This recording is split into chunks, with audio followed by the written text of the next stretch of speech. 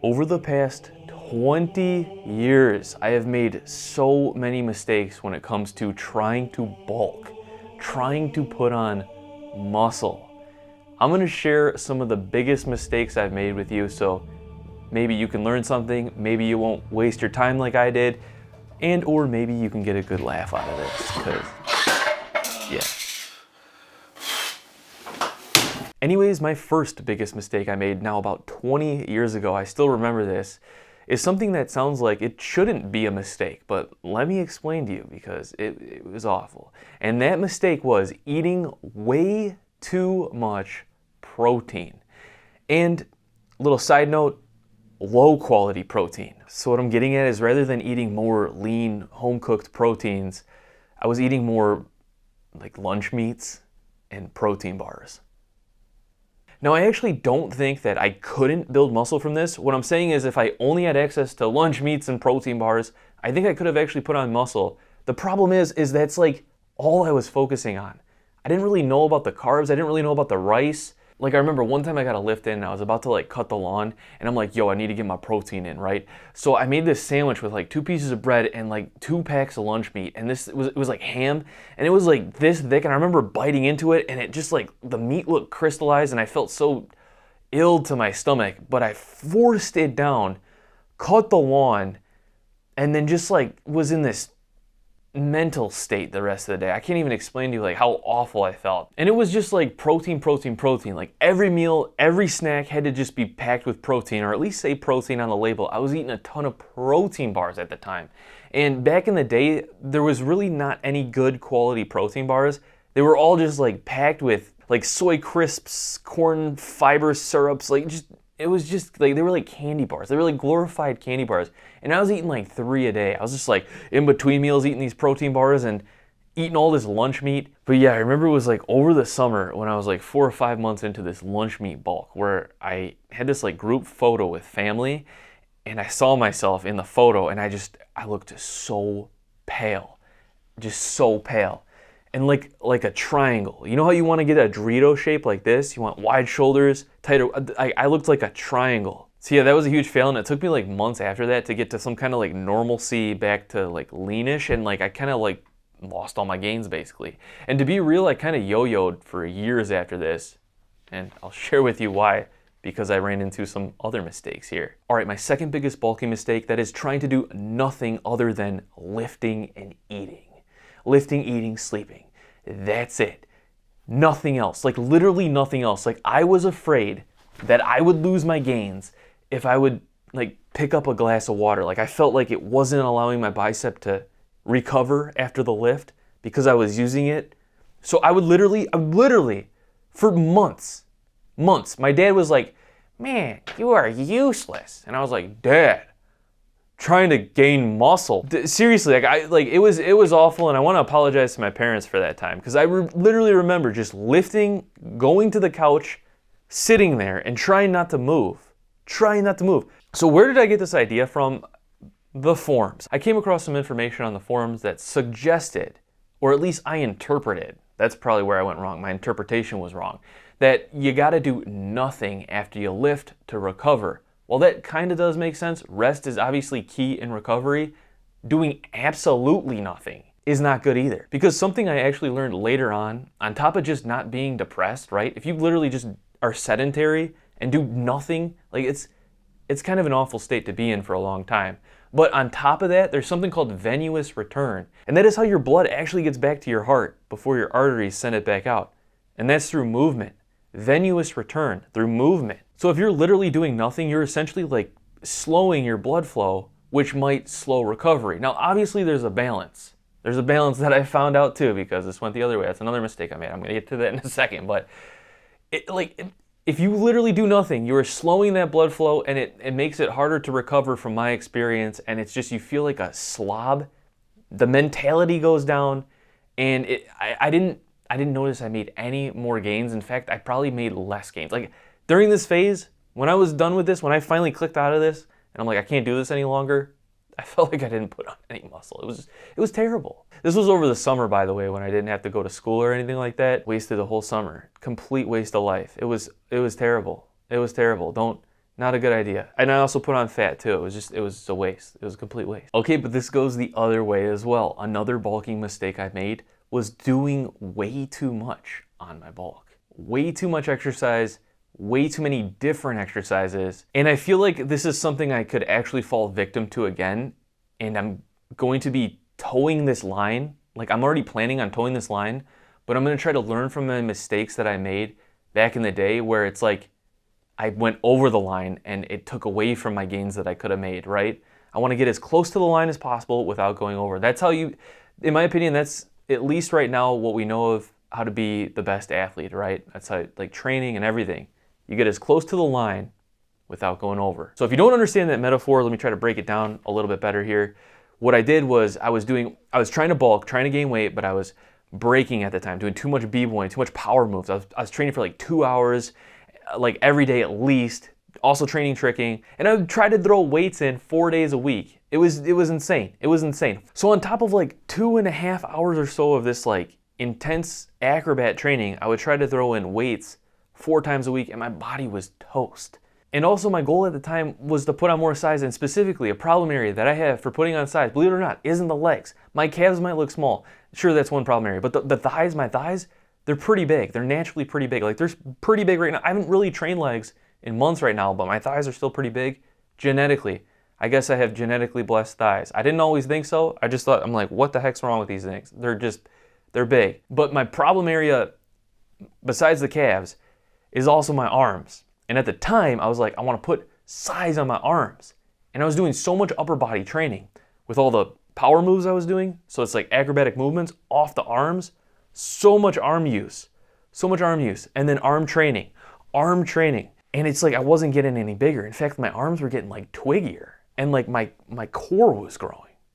And my thighs were growing too. I think I got to the point where I never allowed my upper body to catch up to the recovery, and like everything else was recovering because I was in a surplus most likely, and that was getting bigger, but the arms weren't getting bigger because they like could not recover in time. So yeah, one way and then the other way. Now this next bulking mistake, I think a lot of people can relate to this out there, because I actually think this is probably the biggest problem when it comes to hard gainers not being able to gain weight when they say they're eating a ton, and that's not eating enough consistently. My problem was, what I would do is I'd eat a ton one day, but then not be able to do that the next day. And then it would just be all over the place. Now, in a lot of people who are hard gainers, what happens is they'll eat a ton one day and then they won't be able to eat a lot like for a couple of days, or they think they will, but they're not actually being consistent, and it's like all over the place. And overall, they're not in a surplus, so they're not really even gaining any weight, or maybe just a little bit of weight. In my case, I would eat a ton one day, not the same the next day, not the same the next day maybe, then a ton the next day, then maybe a ton the next day, and then not the same, then not the same, like lower. But overall, based on my weight was going up. So in my opinion, I was in like a weekly surplus. But the inconsistency, and like one day just having like so much food, and then the next day like not having any, there was like an inconsistency in the energy levels I was feeling and the comfort I was feeling. And while I was gaining weight, it wasn't quality weight, and my performance suffered. I felt just like terrible. And I felt like this type of inconsistency affected my strength, it affected my sleep, it affected the recovery, it affected just everything of the bulk bad. And it led me to basically putting on no gains, getting kind of like skinny fat, and my strength actually going down. I think this is what happened towards the end of my last bulk. Well, while it started out good, I think towards the end I was getting inconsistent with my eating. Huge mistake in my opinion. Now the next big bulking mistake I made might shake some feathers. I learned from my own trial and error, and it was the most recent bulking mistake I made that was new to me. That is combining too many fats with too many carbs. What happened is I kind of came off this like carnivore kick. You know, I was experimenting with like meat and fruit, and I felt pretty good doing that. But I figured if I want to go into a bulk, let's keep the meat the same. Let's keep the fruit juices the same. Let's add in, you know, the carbs like the rice, the potatoes, the noodles, and let's add in more fats too that are healthy because saturated fats are now healthy, like Parmesan cheese. Now, while I don't think Parmesan cheese per se is unhealthy, I don't think any of these one things are unhealthy, right? I'm not trying to dog on the carnivore diet. What I'm saying is the combination of these things. I was eating a ton of rice, ground beef, not lean ground beef, just ground beef with all the ground beef fat in it when it was done, poured over the rice, and then I'd take Parmesan cheese and I'd on top of that. Oh yeah, give me that parm. And my palate adjusted to this. That was what I wanted to eat, like every day. Ground beef, rice, Parmesan cheese. All of a sudden, I remember just like one day I like looked down, and I like grabbed this around my stomach. I grabbed this like mass of something, and it was my stomach. Throughout my history of bulking over the last 20 years, I have never seen permafat grow that fast. Like, you know what I'm saying? Like, and this is why I speak loudly about this now, because literally from that to this day, there's still some of that there, and it's not like I've given up about trying to lose that. It's just gonna be there. I'm just gonna like in my mind, I'm gonna say that's protective fat. It's protecting my my core. If I hit something with my gut, it's not gonna hurt as bad because I got that layer of protective fat. Like that's just what it is now. That's just what it is. For some reason, I feel like when you combine fat, and especially animal fat, with starchy carbs or any carbs, like I would even drink an orange juice down with this beef rice Parmesan cheese meal. Like when you combine this, like it seems like the fat from the meal literally goes straight to the fat stores. Now I'm not saying don't eat a lot of carbs. I'm not saying don't eat more fats, right? Those are things that I feel like really work on the bulk, but I was combining like a ton of carbs and a ton of fats in like every meal, and like it was just Anyways, some honorable mentions real quick. Not bulking long enough. There were many times where I was like, I'm going on a bulk, babe. I'm doing this. I'd bulk for like 2 weeks and I'd be like, oh my gosh, I'm done. Like, I'm done. I'm like, why am I not getting any stronger? Why do I just look more terrible, right? It's like you got to just give into it sometimes. You got to go with it. But also with that being said, eating in way too much of a surplus for too long. That kind of happened the last time towards the end, especially with the carbs and the fat combination, because, it's easy to eat more calories when you're eating more fat because fat is 9 calories per gram. But I thought I'd just mention that basic theme, eating just way too much of a surplus for too long. Makes sense. Another one, maybe not taking a mini bulk break every so often. And what I'm thinking going forward is a bulk break too soon is bad, right? Like if I did one every like 2 weeks, that might be bad for me. Everyone's probably different, but what I'm thinking is going to be the sweet spot is like every 90 days, every 3 months, maybe taking like a week to lean out everything. Lean out the meals and even lean out the training, almost like a deload week. So yeah, maybe every 60 to 90 days. I gotta feel this out a little bit better. Was something I've never been really good at, is like planning in a break. But I think the body will respond better to these like deload weeks, and not just the weights, but also the food. Another honorable mention is eating way too much close to bedtime, because that food would just always feel like it was coming back up my stomach. Then I felt like I wasn't sleeping good. Sleep is optimal for recovery. That was causing me an issue too. Definitely something I've ran into over the years of trying to bulk. Eating way too much, way too close to bedtime. Not good. Another thing that goes along with that, intermittent fasting way too much.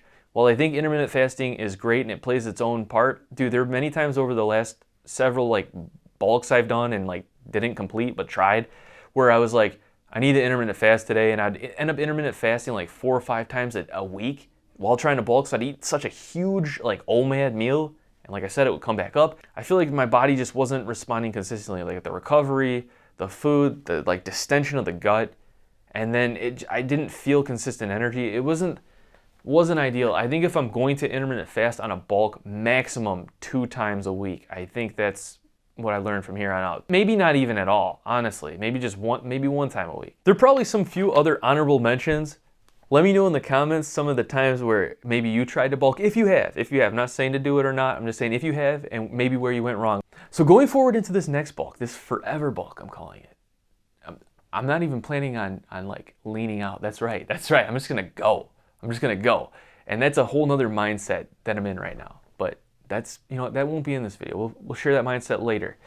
But going on to this bulk right now, what I've learned from these mistakes and what I'm gonna do to just hopefully get the best results, but also have the best time and make the most strength and performance gains is I want to eat in a consistent, clean surplus. So I want my surplus to be consistent, and I don't want it to be too much, and I want it to be mainly clean foods. I don't mean like wash them with soap. I mean like those clean foods, like the lean proteins, the homemade like carbs, just simple like the rice, the potatoes, the sweet potatoes, heck, maybe even like the beet vegetable melody, the root vegetable type things, and maybe every once in a while some Italian noodles. This time not going absolutely hard on the high fats, right? I still want some fats, and I still want moderate fats perhaps, but just being mindful about it. Dude, I was going insane last time. Now for my surplus, I'm thinking about 500 calorie surplus a day. That's gonna equal about 3,500 calorie surplus every week, which is approximately 1 pound a week.